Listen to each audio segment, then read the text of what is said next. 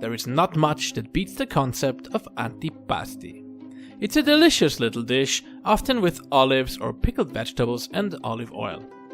But one of its main pillars is usually soft cheese made of milk from cows, sheep or goats. But soft cheese from cow's milk can be problematic for lactose intolerant people, while sheep's and goat's cheese tend to be pretty expensive. So we're going a different route and make ourselves a cheese replacement with easily obtainable ingredients. It allows you to experiment with the flavor and is also suitable for vegans. This recipe is a scientific adaptation from a recipe published by the channel Healthy Spoon with Sophie. You can find the link in the description.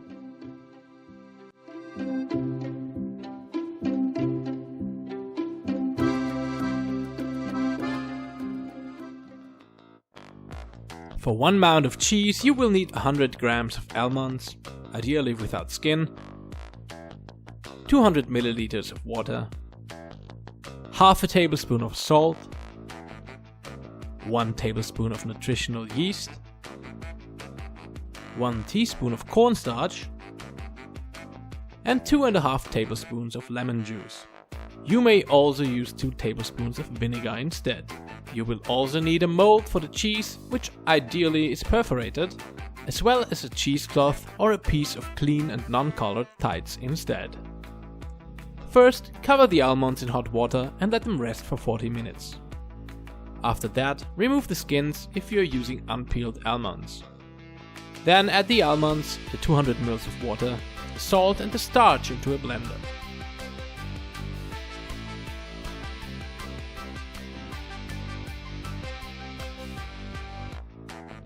Blend it as fine as you can for 90 seconds or more.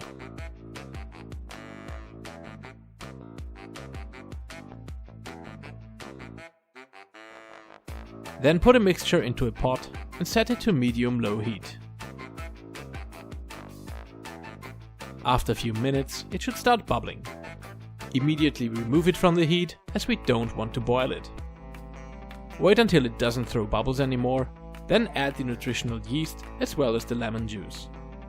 If you want to incorporate some additional flavor into your almond cheese, now is the time.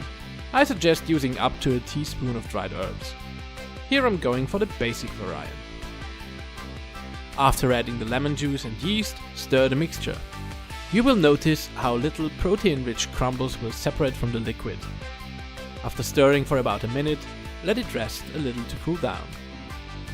Then the mixture is ready to go into the cheesecloth.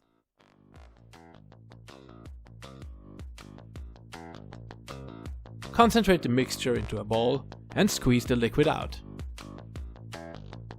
Once most of the liquid has been removed, place it into a strainer and add some weight for this final press. 30 minutes later, the almond cheese is ready to go into the mold, which I decided to 3D print. Gently press down while filling up the mold to facilitate a good cheese structure and allow the starch to do its binding magic.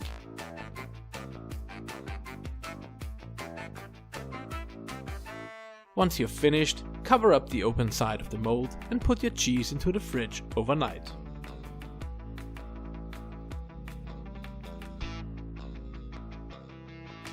On the next day, carefully separate the cheese from the side edges of the mold and let it slide out. Now you may use it as you would use any other such type of cheese. You can put it on bread, you can cover it with olive oil and herbs and eat it just like that. Or you can slice it up and conserve it in olive oil along with some dried herbs. It's really up to you.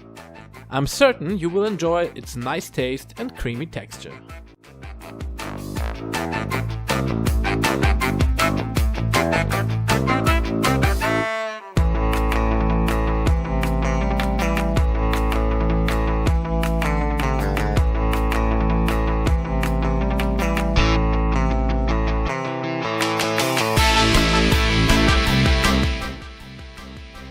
If you like this video, click the subscribe button and hit the bell icon so you will be notified when I upload my next experiment.